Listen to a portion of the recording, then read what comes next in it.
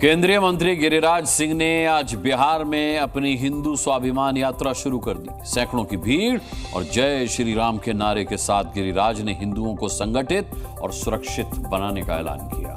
इस यात्रा में गिरिराज अकेले हैं। बीजेपी किनारे खड़ी है और गिरिराज के टारगेट पर हैं बिहार के वो 5 जिले जहां वो हिंदू वोट बैंक को बंटने और कटने से बचाना चाहते हैं।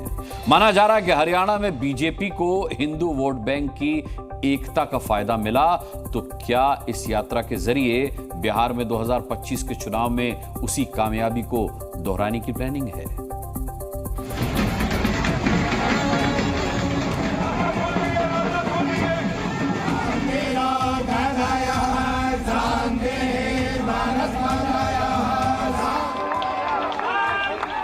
ये हिंदुओं की यात्रा है, अपने अस्तित्व को बचाने की यात्रा है।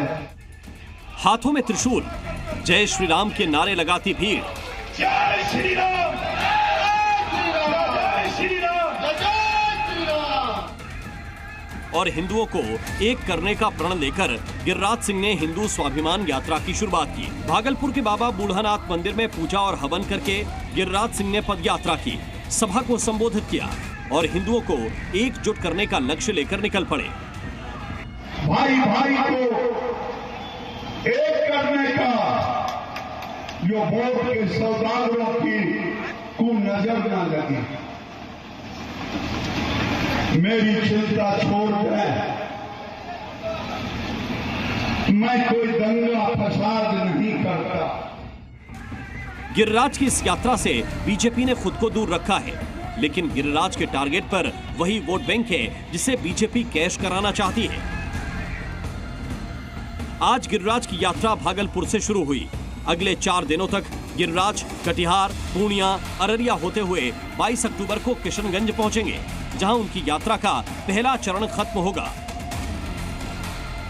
पहले चरण में बिहार के 5 जिलों से हिंदू स्वाभिमान यात्रा गुजरेगी और इसमें बिहार के सीमांचल का वो इलाका भी होगा जहां मुस्लिम वोट बैंक किसी उम्मीदवार की जीत हार को तय कर देता है।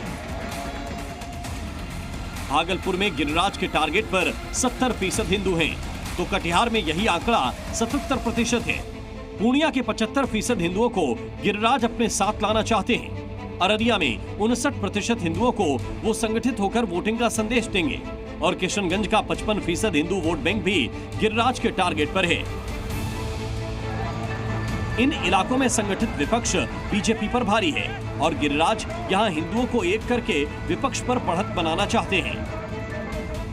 ये यात्रा धर्मो रक्षित रक्षितः, ये धर्म की यात्रा है और सारे धर्मावलंबियों को, सारे हिंदुओं को एकत्रित करने का है।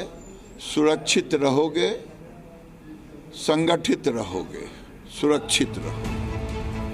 नीतीश कुमार के साथ गठबंधन को निभाने के लिए बीजेपी ने खुद को यात्रा से दूर दिखाया है, तो फिर धर्म के नाम पर हो रही यात्रा का मैसेज क्या है?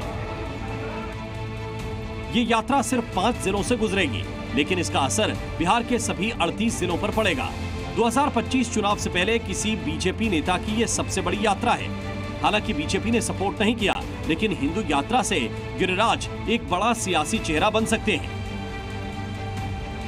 बीजेपी ने देश में हिंदुओं को एकजुट करने के जो सुर पिरोए, उसी आइडिया को गिरिराज नई धार देते दिख रहे हैं। इस यात्रा के बाद आगे क्या होगा, इसका ऐलान गिरिराज ने अभी से कर दिया है। ये यात्रा केवल यही नहीं समाप्त करना है, अगले चरण में गांव-गांव जाकर के आपको इस यात्रा को जगाना है। ले जाएंगे ना, जो लोग गांव-गांव यात्रा को ले जाएंगे, जरा वो हाथ उठाएं। हालांकि विपक्षी पार्टियों को गिरिराज के सियासी प्रचार में हिंदू मुस्लिम ध्रुवीकरण का आधार दिख रहा है। ये किसी का कहना कि हम निकालेंगे हिंदू स्वाभिमान यात्रा, मुसलमान के बस्ती से गुजरेंगे, तो ये दंगे को आमंत्रित करना है। मुझे कहने में कोई गुरेज नहीं, इस पर रोक लगनी चाहिए। चुनाव का समय आ गया, सबकी दुकान चलनी चाहिए, सब लोग यात्रा करें, लेकिन सौहार्द बिगाड़ने की इजाजत हम नहीं देते। यदि अमन बिगाड़ने की कोशिश हुई तो मेरे लाश पर चलना होगा आपसे। मर जाएंगे, कोशिश सीमांचल का स्वाद बिगड़ने नहीं दें। पूर्व सांसद आनंद मोहन गिरिराज पर दंगा भड़काने वाले बयान देने के आरोप लगा रहे हैं। इसलिए हमने यात्रा जहां हो रही है वहां के मुसलमानों से सवाल पूछा कि क्या उन्हें गिरिराज की हिंदू स्वाभिमान यात्रा से कोई खतरा दिख रहा है। भाजपा के लोग अगर मुसलमान का नाम ना लें तो उनको उनकी जीत ही नहीं हो सकती। हम उनको जीत दिलाने वाली जड़ी है। हमारा नाम लेंगे तो वो जीतेंगे। पूरा जिला कहीं न कुछ हो जाता है, लेकिन हमारा भागलपुर के लोग समझदार हैं, एकदम समझदारी से काम लेते हैं। ऐसे कोई यात्रा से कोई फर्क पड़ने वाला नहीं है। हम लोग में एकता है। आप लोग को डर है? कोई डर नहीं है। हम लोग चौड़े से रह रहे हैं, इसलिए कोई दिक्कत की बात नहीं है। और ये भ्रम फैलाना छोड़ दें, अच्छी बात नहीं है। बीजेपी में गिरिराज को माहौल पहले से भांपने वाला नेता माना जाता है। वो लीग से हटकर काम करते हैं और इसी वजह से उनको मोदी सरकार में केंद्रीय मंत्री भी बनाया गया है। 2024 की तरह गिरिराज ने 2010 में भी पार्टी की लाइन से अलग हटकर काम किया था। तब भी गठबंधन के तहत नीतीश कुमार मुख्यमंत्री थे और आज भी हैं। लेकिन गिरिराज के खिलाफ न तो 2010 में कोई एक्शन लिया गया और न ही 2024 में अब तक ऐसा कोई ऐलान हुआ है। ऐसा लग रहा है कि बिहार में अगला चुनाव भी हिंदू एकजुटता के उसी संदेश के तहत लड़ा जाएगा जिसे योगी और मोदी के बाद अब गिरिराज भी आगे बढ़ा रहे हैं। हमें याद रखना है, अगर हम बटेंगे तो बांटने वाले महफिल सजाएंगे।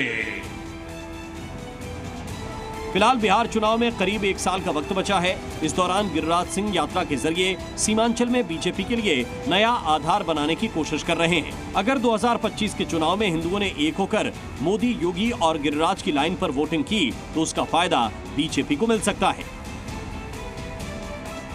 अश्विनी कुमार, भागलपुर, जी मीडिया।